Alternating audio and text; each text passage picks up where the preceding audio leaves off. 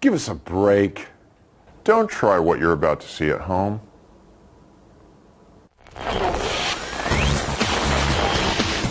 On this episode of Mythbusters, Adam and Jamie shed some light and heat on the Hindenburg disaster. Was the inferno caused by chemicals painted onto its skin? That was totally amazing.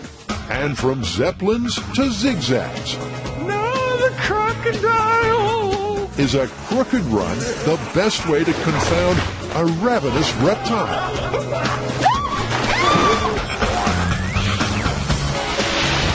Who are the Mythbusters? Adam Savage. Is everybody ready for diving? And Jamie Heineman. Gets me all worked up just looking at it. That was beautiful! Between them, more than 30 years special effects experience. That was heavy. Joining them, Grant Imahara. You feeling lucky, punk? Tori Belleci. Somebody order some exploding pants? And Carrie Byron. Picasso! They don't just tell the myths,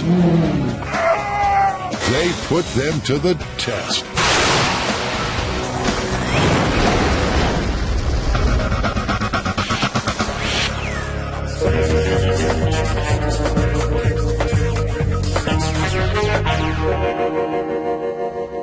So what's the myth?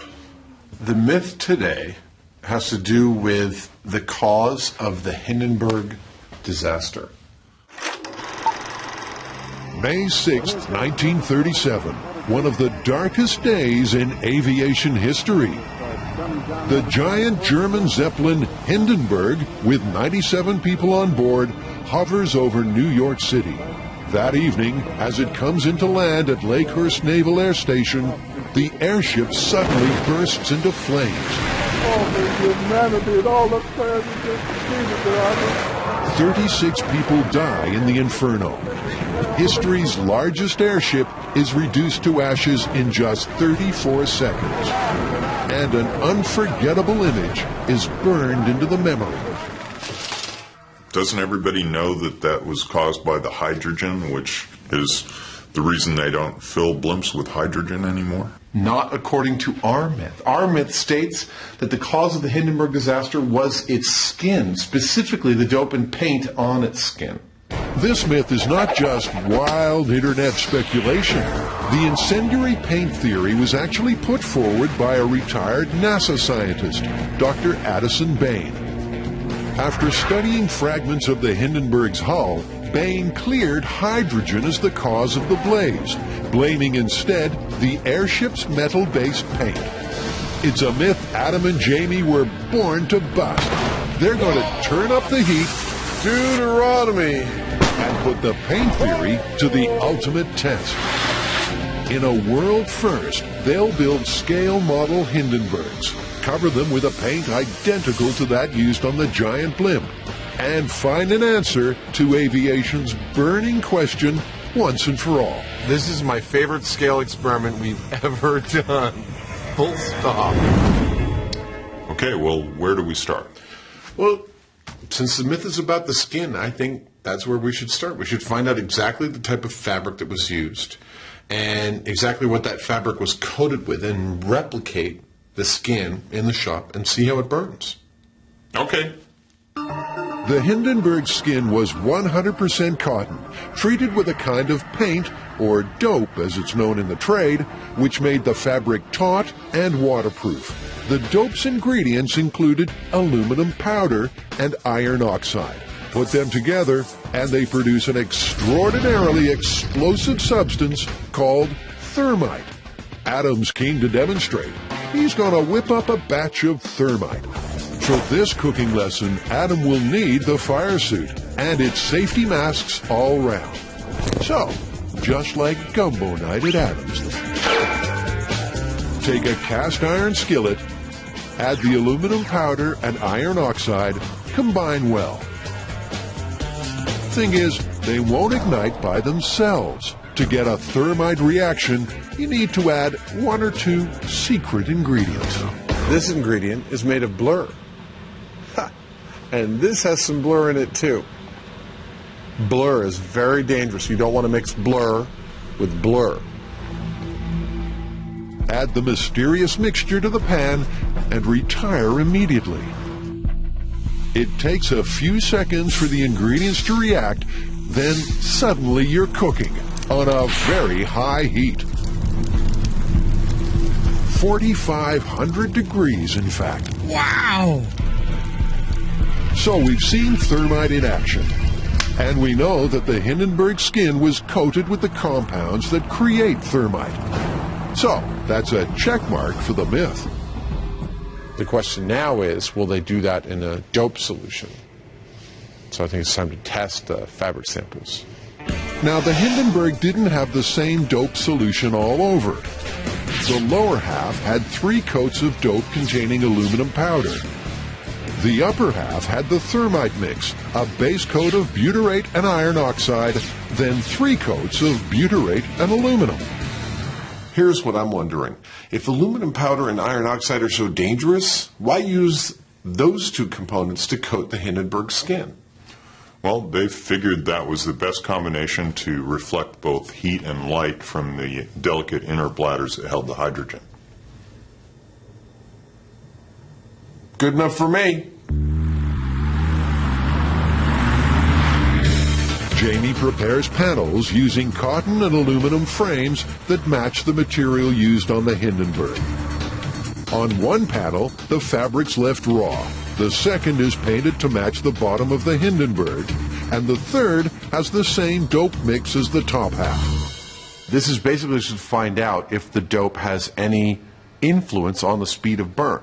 So we'll start out with a raw piece of fabric, see how fast that burns, and then compare that to the other concentrations we have. Adam sets fire to the untreated cotton. It doesn't so much burn as smolder.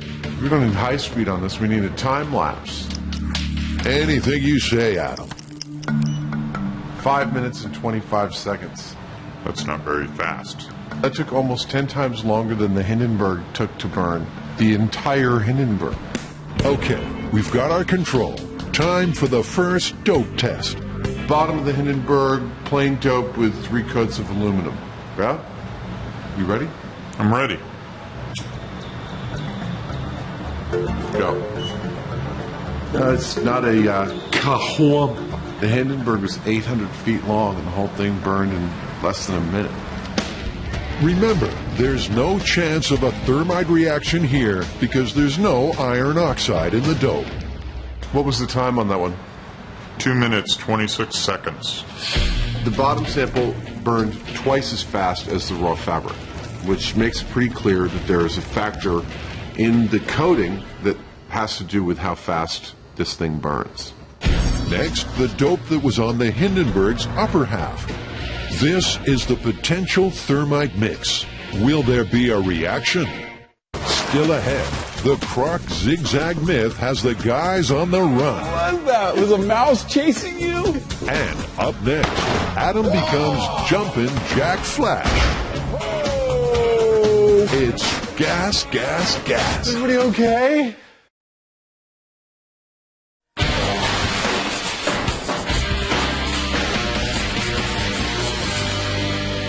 All right, you guys, get ready for this one. Crocodile myth. Is it that they live in the sewers? No. Is it that crocodiles have tears? Oh, no. This one is, if you're getting chased by a crocodile, you can easily escape it by running in a zigzag pattern, because they cannot turn corners. In the water, the crocodile is a lightning-quick ambush predator. In that explosive split second when they strike, crocodile lunges have been clocked at around 30 miles an hour. Lunging is one thing, running is another.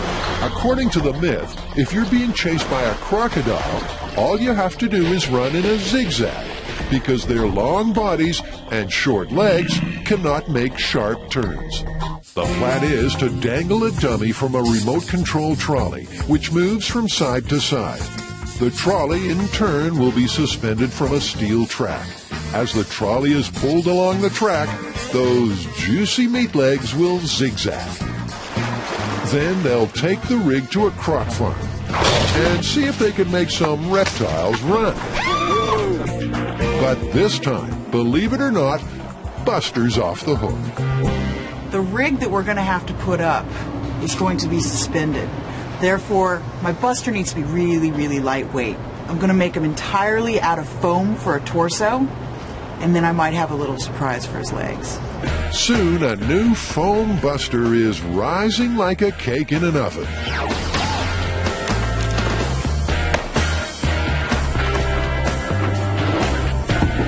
As you can see, he's very light, and it's not going to put a whole lot of strain on the rig. This new lightweight Buster hasn't got a leg to stand on, but Carrie has a pair of meat legs all mapped out. What are these? They're fishnet stockings. He'll be wearing fishnet stockings. Give me all your cash! And they'll be stuffed with quail. But these are not like any frozen bird you might find in your supermarket. See, Oh my God! I can't do this. They got feathers on them still. I can't do this. You know what? They're not even gutted.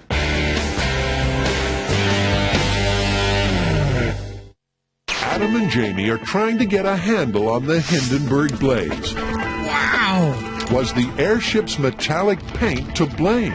The paint on this panel matches the one on the doomed airship. It contains aluminum and iron oxide, two compounds that combine to create explosive thermite. Will they get a reaction? Adam puts flame to the frame. Go. No thermite reaction, no intense heat. In fact, it takes 5.5 minutes for the panel to be consumed. That's almost twice as long as the aluminum-coated cotton. It's almost identical to the cloth by itself. Wow. Hang on, guys. Don't write off this myth yet. That was one little panel. The Hindenburg was covered in thousands of square feet of material.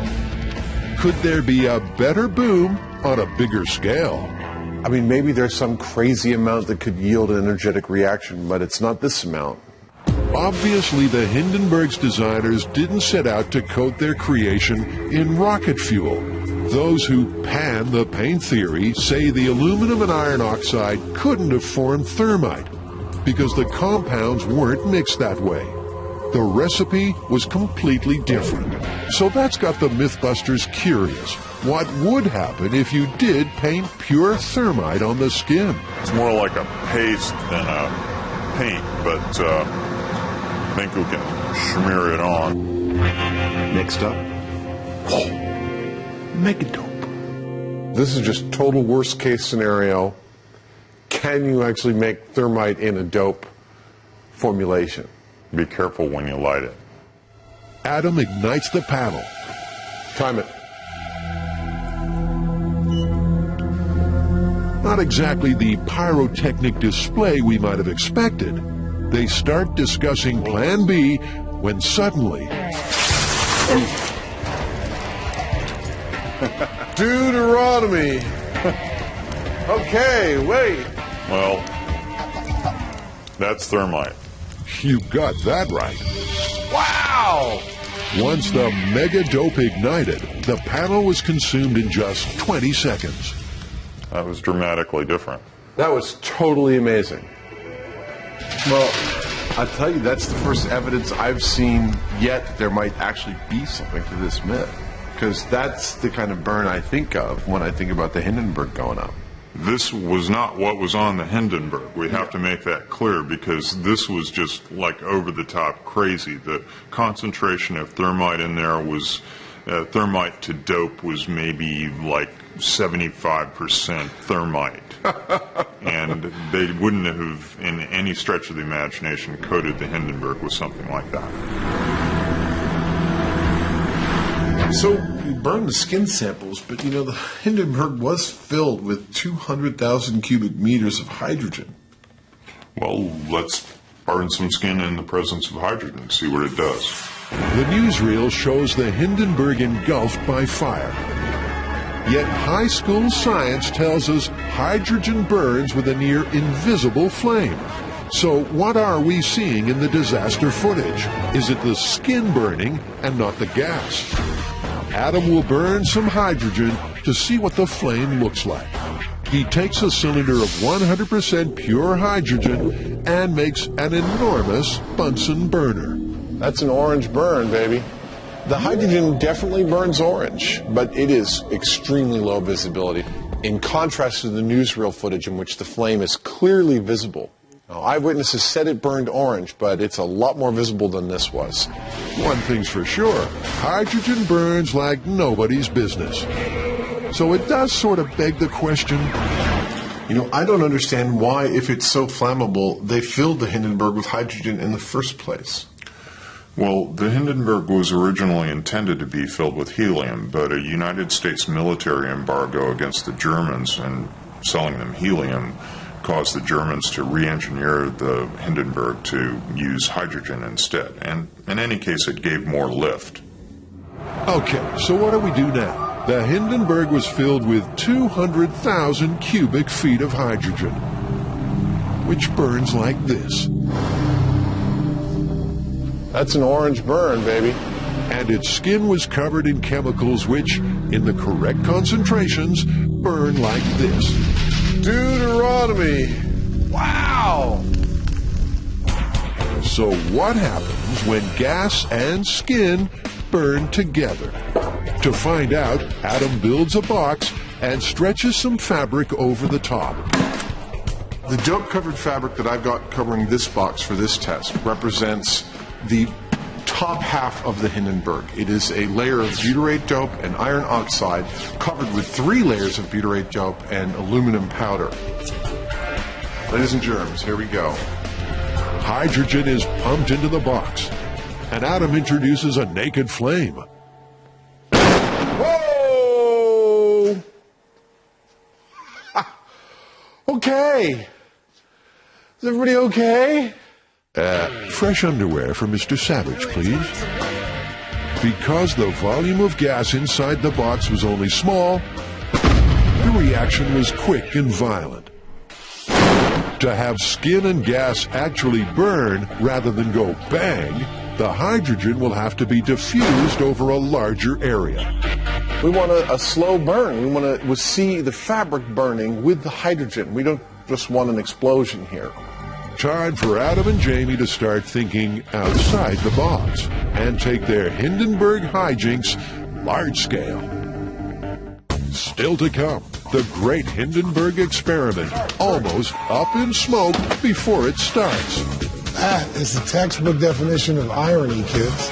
And next, can you get away from a crocodile by running zigzag? According to the myth, outrunning a crocodile is not straightforward. It's a zigzag. Carrie's foam and fishnet buster bait is ready. Meanwhile, Tori's got the croc rig on track.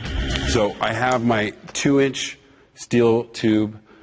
This is going to be our track that's going to go over the crocodiles. And so now what I'm going to do is build the trolley. And the trolley will carry the dummy along that run, and the crocodile will have something to chase. Next, the zigzag rig has to be calibrated for human speed. So what we're going to do is lay out a grid on the floor of our shop, take a shot from overhead, and just run a bunch of zigzags and see what the best time is. The grid is made up of 12-inch squares. It's 12 feet long and 9 feet wide. No, the crocodile! Question is, what constitutes a zigzag? Well, I'm pretty sure that the essence of this myth comes from the fact that they have those long, rigid bodies. So it's not sort of like a weird hopping thing like they're snapping and you're just jumping, but it's more of a... So you're going to try and hit the corners as fast as you can rather than like hopscotch jumping. Yeah.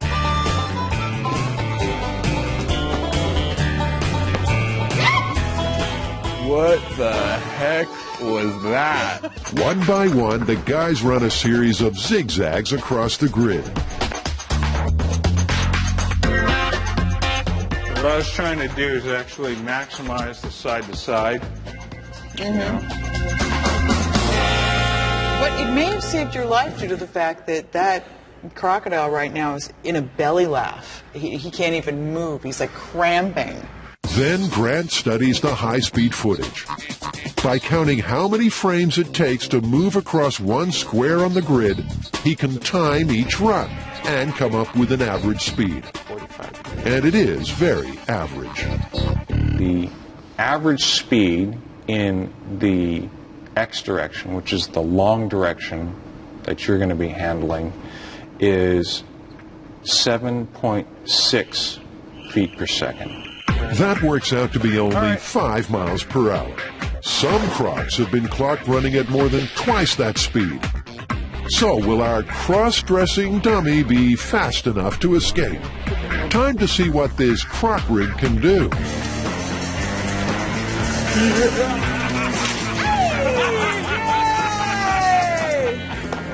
So weird Buster rig is actually working really, really good. Hey, nice meat legs, by the way.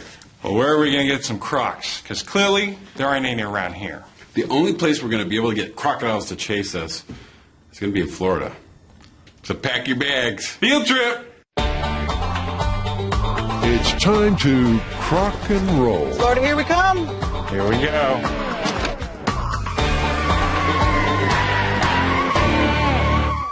Later, Tori has to come to grips with his new role, wrestling crocs. You'll actually tape the jaw shut so it's no longer able to bite us. What? And after the break, Adam and Jamie's blimp building business is cooking. These things are always catching on fire. Why did the Hindenburg burn? Former NASA scientist Dr. Addison Bain sparked controversy by claiming that it was the metal paint on the Hindenburg's hull that caught fire, not hydrogen. Wow! Adam and Jamie are on the case, but so far their Hindenburg investigations have been hindered by scale. Well, the small scale just isn't doing it for answering all these questions that we've got. We have to go bigger scale, but we can't possibly go full scale. How big do you think we can go? I don't know, like 10, 12 feet? Well, if we go 16 feet, that's 1/50th scale. It's a nice round number. You think we can do that? This should solve the mystery once and for all. They'll build two 16-foot Hindenburg scale models and coat them with the aluminum iron oxide paint. One will be full of air, the other hydrogen. And if the hydrogen Hindenburg burns faster, then this blimp myth is busted. Okay, everyone happy? Not quite. I think we need to do a third one as well. I mean, one that guarantees a thermite reaction. All right, so 3 blimps it is. I think we can do it. That third blimp burn will show what would happen if someone was crazy enough to paint their airship with pure thermite.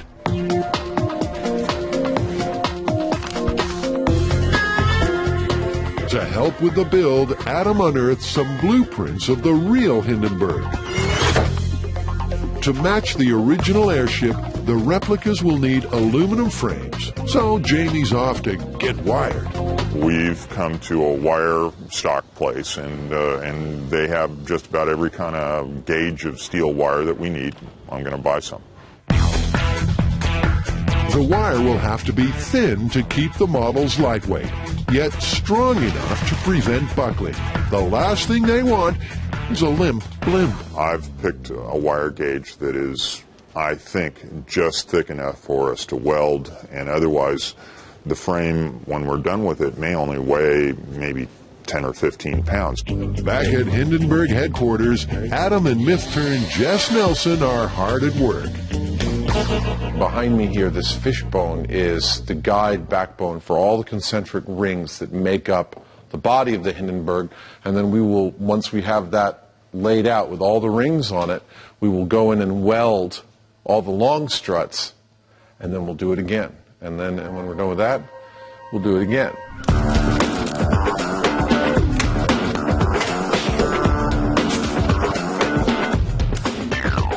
By following the original Hindenburg blueprints, the Mythbusters soon have their own mini Hindenburg taking shape. Look at that. That is very, very cool. It weighs maybe about 10 pounds, if that. Okay, enough with the horseplay. We need another 2 Hindenburgs pronto.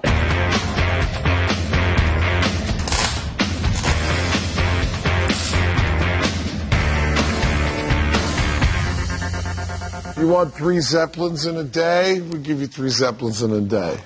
The frames need cotton skins. Adam soon has that all sewn up.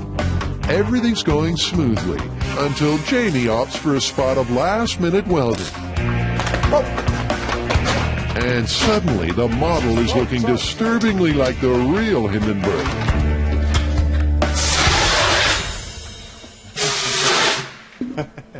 These things are always catching on fire. The last thing they have to do is apply the dope, and the models are complete. Now, the Mythbusters are ready to crack this case once and for all. Next up on Discovery, the world's deadliest piñata.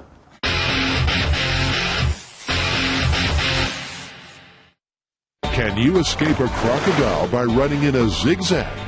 To find out, Carrie, Tori, and Grant have harnessed all their know-how and built a zigzag rig. Now they're off on a reptile recce.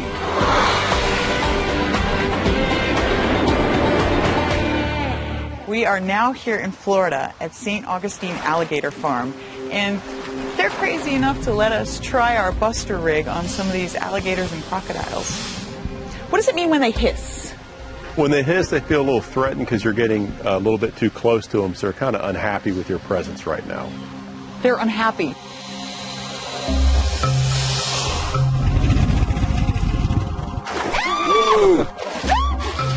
Sorry. St. Augustine is the only farm in the world to have all 23 species of crocodilian. Director John Brugan has heard the zigzag myth many times. The crocodile's going in a straight line, you're kind of going in a zigzag. I think you're going to meet a couple times in there. It doesn't sound so good to me, but it's worth trying. They choose a good straight run and assemble the rig. Soon, Buster 2's got his fetching, quail-filled fishnets on. Now, it's croc time. These are very dangerous animals, so it's important that you're listening to the keepers. Listen to David and Kevin. They'll tell you where to be if something goes wrong. They're gonna be yelling at you. They don't mean any disrespect, but they're gonna tell you to get somewhere quickly. Hope you were listening, Tori. You're going to help wrangle the first reptile. I've been watching a lot of professional wrestling on television, so I've learned some wrestling moves, and I'm going to try them out on this crocodile. The Cuban crocodile is one of the quickest and most aggressive crocodiles on the planet. A perfect candidate for the zigzag test. If they can catch one, that is. We'll get the animal secured, hold the mouth shut, and then you'll actually tape the jaw shut so it's no longer able to bite us. What? You're going to tape the mouth shut. That's what he thought you said.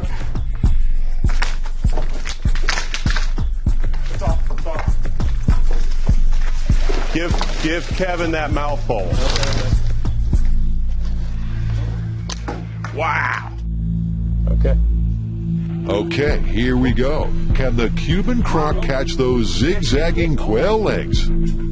Tori's poised to pull the dummy along the track. Using the remote control, Grant twitches Buster's delicious legs. Our reptile doesn't seem tempted, although its potential speed is obvious when it suddenly rounds on its keepers. Whoa. They keep trying to tease the croc into a chase, but the beast just won't budge. Senor. So they wheel out a second Cuban. Okay, so this is the new one, the fresh crocodile. Here we go. Jiggling. Tasty. Come on. Take a bite. But no cigar. The reptiles just won't run. A big part of the problem may very well be that it knows it's not a person. How can it tell? Yeah. The test subjects are refusing to chase Buster's meat legs in a zigzag or any other configuration. Luckily, the Mythbusters have a plan B. We're actually going to take a quail and put it on my robot here, and this is a battle-ready combat robot. So if, unfortunately, an animal gets a hold of it in its jaws, it is built for combat, so it probably will stand up. With its cargo of quail in place, Grant's robot sets out on its mission. Looking like the Mars rover, it parks near the edge of a pool, well within striking distance. Grant's poised to hit the accelerator at the first crocodilian quiver. But apparently, this croc doesn't feel like Meals on Wheels. We're having a hard time getting this crocodile to come to the surface of the water, so I'm going to try to entice it with some quail, and I'm just going to drop it right in front of his nose, or her nose. Tori ventures close and throws the bird. Nothing. Not a ripple. I don't think he's coming out the water. Well, the trainers here say that they're naturally secretive animals, and what's more, they're not stupid. Yeah, he seems pretty spooked by your robot. No response to the rig, no response to the robot. You can't say the Mythbusters aren't trying. You know, those crocodiles seem like they're slow on land, but shooting out of the water, they're lightning. Well, actually, I've done a little bit more research, and it turns out in almost every crocodile or alligator attack since they've been keeping records, the victim has been in or near the water. Well, then, what are the rules to avoid being chomped? First, if there are any warning signs, don't go in the water. Second, if you fall into the water, get out as quickly as possible. And third, never ever dangle your legs or arms over the side of the boat. I think we can handle these rules. There's only one thing left. Plan C. That's C for crazy. Tori's gonna put his behind on the line and get a croc to chase him instead. Stay with us. Soon, Adam and Jamie will see if the Hindenburg myth can stand the heat. A lot quicker than I thought it was going to go. But next, Tori's in for a croc shock. Tori, Carrie, and Grant have been wrestling with the myth that crocodiles can't run in a zigzag. So far, they haven't been able to coax a croc into running at all. You know what they say about desperate times and desperate measures. What I'm going to do is I'm going to actually suit up with some protective gear, get in there, try to agitate the crocodiles, and see if they'll chase me. Tori's going out on a limb. Let's just hope all his are still there when it's over. Tori's legs will be well protected. Unfortunately, the heavy padding will also slow him down. Wait, the safety protection caused me to fall down. Protective gears hindering me from running away from the crocodile. Nevertheless, he's ready for a face-to-face croc confrontation. The Johnston's crocodile is found in Australian waters. It's smaller than the Cuban croc, but fast and fiercely territorial. So this is the first test, chasing Tori with the Johnston crocodile. What do you think's going to happen? I think you can catch him. Can Tori snatch victory from the jaws of defeat? Was that an unfortunate turn of phrase? Once again, provoking a croc attack proves to be a lot harder than you'd think. But if he succeeds, Tori will have to remember to run in a zigzag. Suddenly,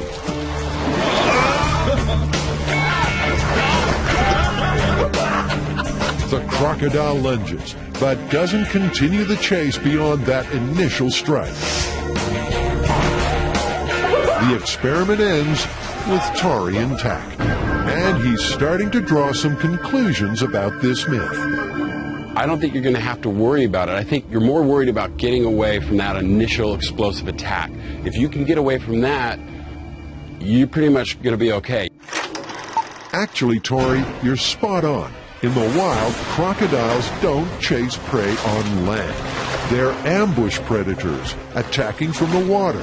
Escape that initial lunge, and you're pretty much home free.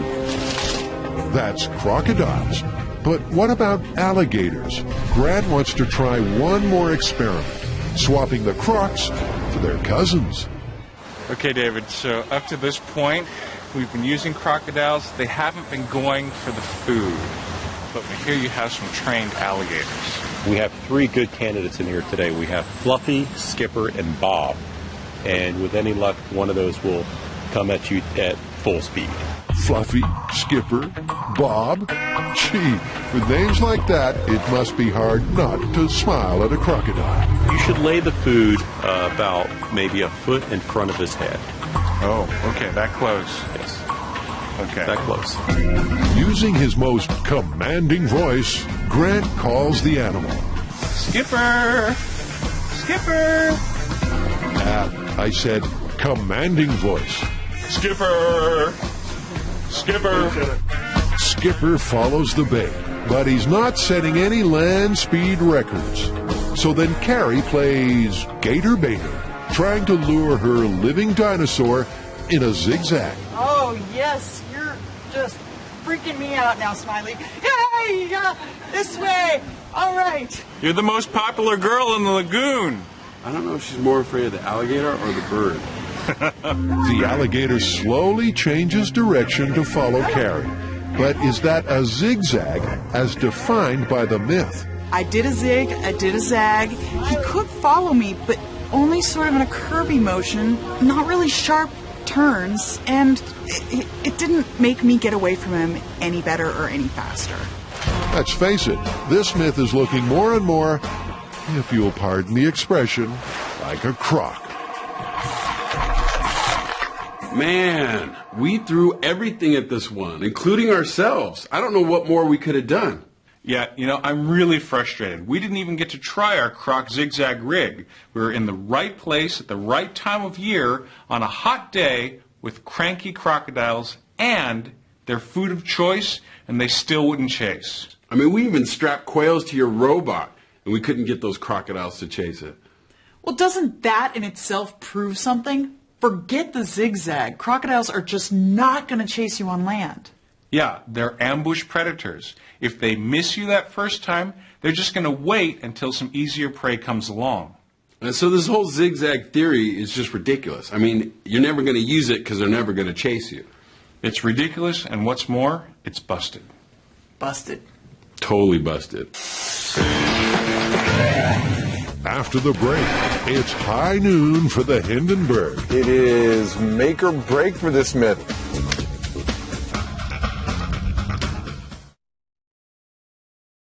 For almost 70 years, it's been assumed that hydrogen was the cause of the Hindenburg disaster.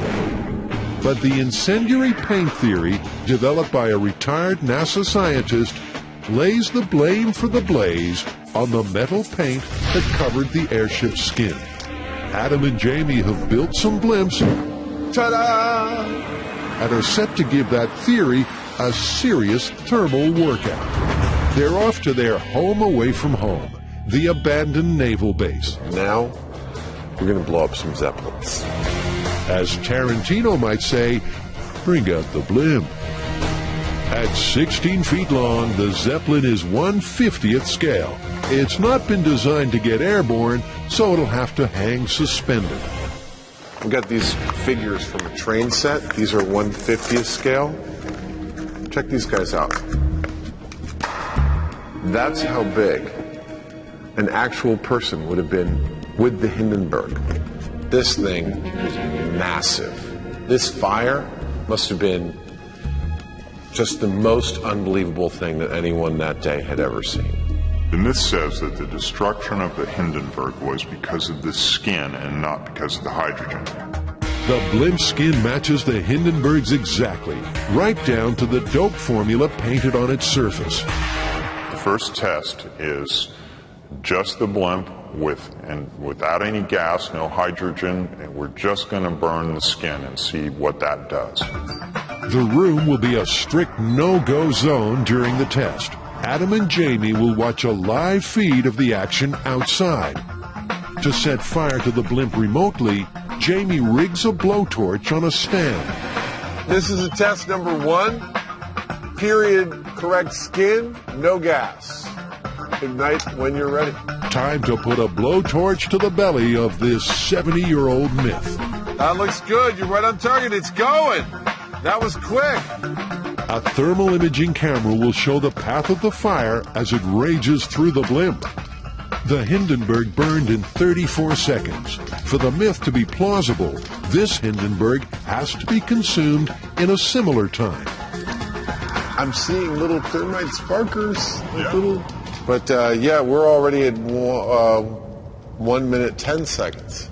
So we could have burned 2 Hindenburgs by now, and we're only like not even a quarter of the way through this. Suddenly, the fire accelerates. Oh, wow! Wow! Oh, yeah. That is so beautiful! Sparks cascade as the aluminum and iron oxide on the skin create thermite.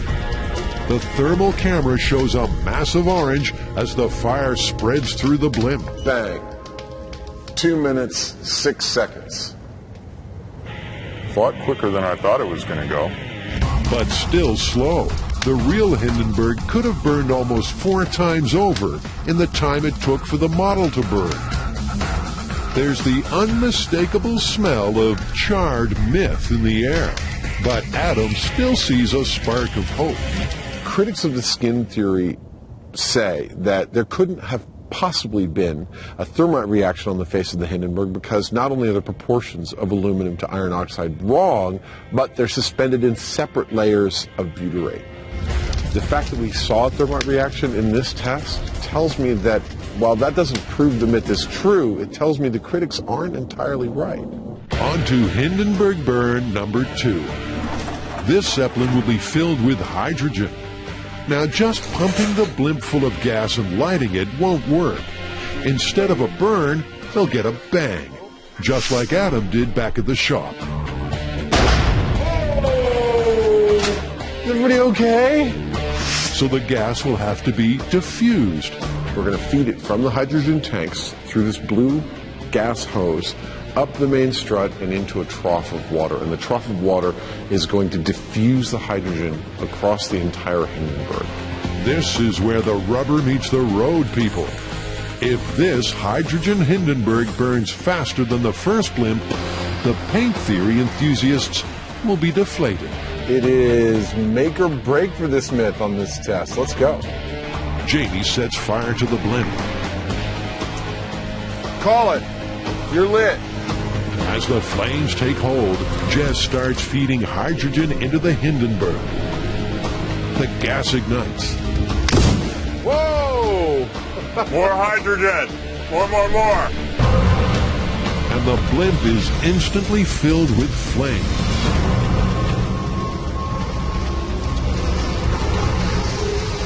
Wow.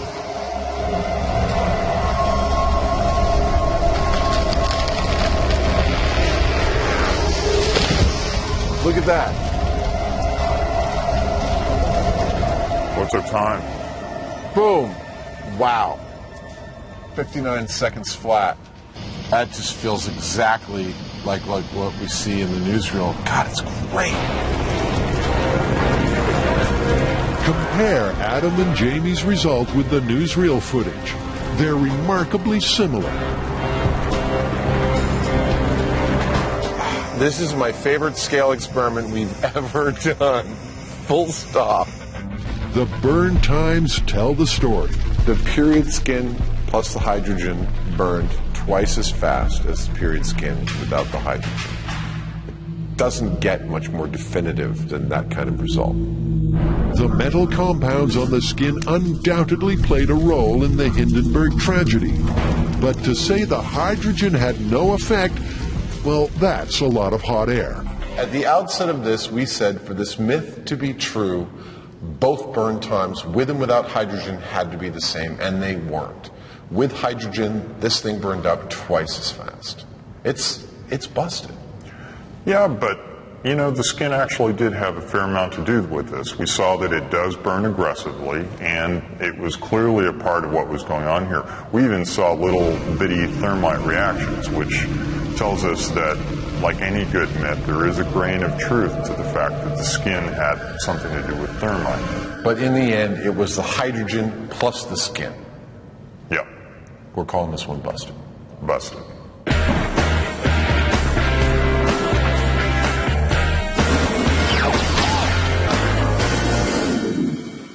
But hang on, what about that third blimp?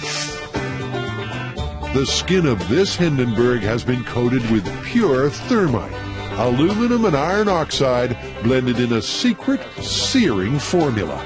It's the same over-the-top, completely unrealistic mega-dope mix Jamie tested back at the start. Deuteronomy. With the myth already busted, this test is simply Mythbuster theatrics. What you're about to see is what would have happened if the original Hindenburg, filled with hydrogen, was painted with rocket fuel. There's 15 pounds of thermite on this blimp right now. It's a different sort of beast. This thing is going to burn. It's a safety red alert. You're lit. Whoa! Dude. Unsurprisingly, the flammable thermite fires up in no time. And after a dash of hydrogen, we're cooking with gas.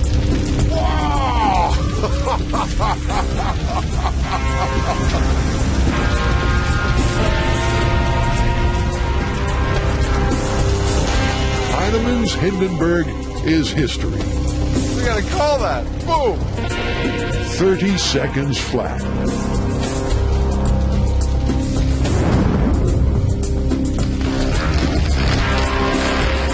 That is exactly the kind of burn that the proponents of the skin theory believe happened, except that the skin of the Hindenburg was not coated in hundreds of pounds of thermite.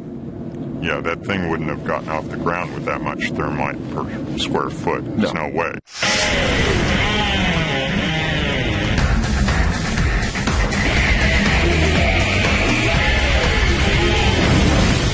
Our work here is definitively done. I love the smell of thermite in the afternoon.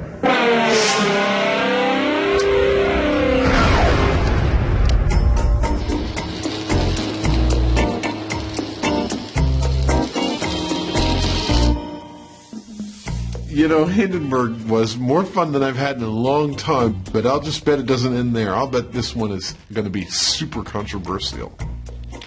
Well, one of the good things about the show is that we do listen to the fans, and in fact, we've got a whole episode coming up that is devoted to fan suggestions. Right you are. So, you, sitting there, yelling at us for getting it wrong, log on to discovery.com/Mythbusters and tell us exactly what you'd like to see on the show. Yeah,